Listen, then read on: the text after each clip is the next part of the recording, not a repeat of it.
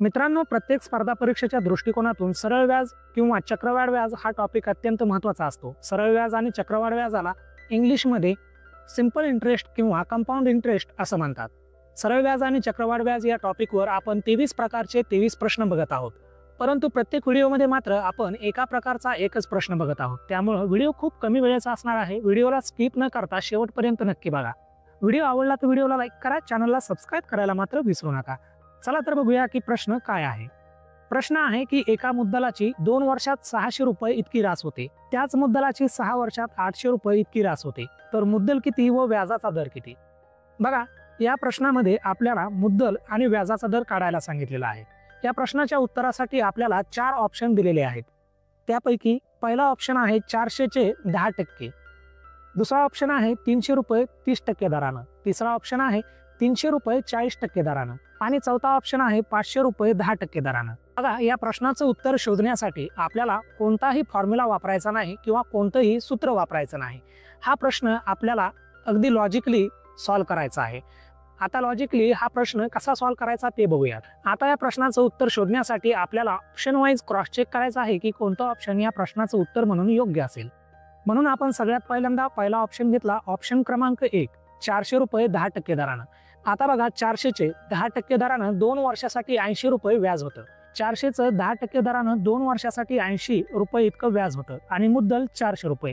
आता या दोघांची बेरीज केली असता 480 रुपये एवढं उत्तर भेटलं। तर ऑप्शन क्रमांक 1 या प्रश्नाचं उत्तर होऊ शकत नाही। म्हणून आता आपण ऑप्शन क्रमांक 2 कडे आलो। ऑप्शन क्रमांक 2 आहे 300 रुपये 30% दरानं। आता 300 चे 30% दरानं 2 वर्षासाठी 180 रुपये इतकं व्याज होतं। आता व्याज आणि मुद्दलची बेरीज केली असता परत आपल्याला 480 रुपये एवढीच अमाऊंट भेटली। म्हणून ऑप्शन क्रमांक 2 हाही या प्रश्नाचं उत्तर होऊ शकत नाही।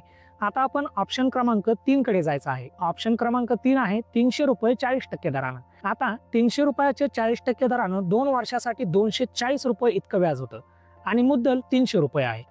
आता मुद्दल आणि व्याजाची बेरीज केली असता आपल्याला 540 इतकं उत्तर भेटलं। म्हणून ऑप्शन क्रमांक 3 सुद्धा या प्रश्नाचं उत्तर होऊ शकत नाही। आता आपण ऑप्शन क्रमांक 4 कडे जाऊ। ऑप्शन क्रमांक 4 आहे 500 रुपये 10% दरानं।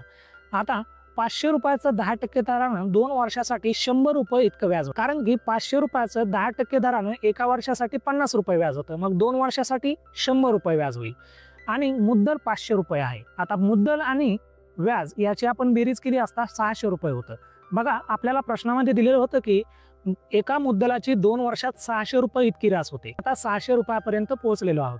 आता प्रश्नामध्येच दुसरा भाग आपल्याला असा दिला होता की त्याच मुद्दलाची 6 वर्षात 800 रुपये इतकी रास होते।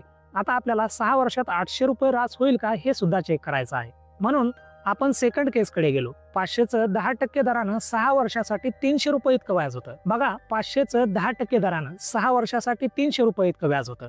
एका वर्षाला 50 रुपये, 6 वर्षाला 300 रुपये आणि मुद्दल जशाला तसं 500 रुपये। म्हणजेच मुद्दल आणि व्याजाची बेरीज केली असता आपल्याला 800 रुपये इतकं मिळालं। आता प्रश्नामध्येच आपल्याला दिलं होतं की मुद्दलाची 6 वर्षात 800 रुपये इतकी रास होते।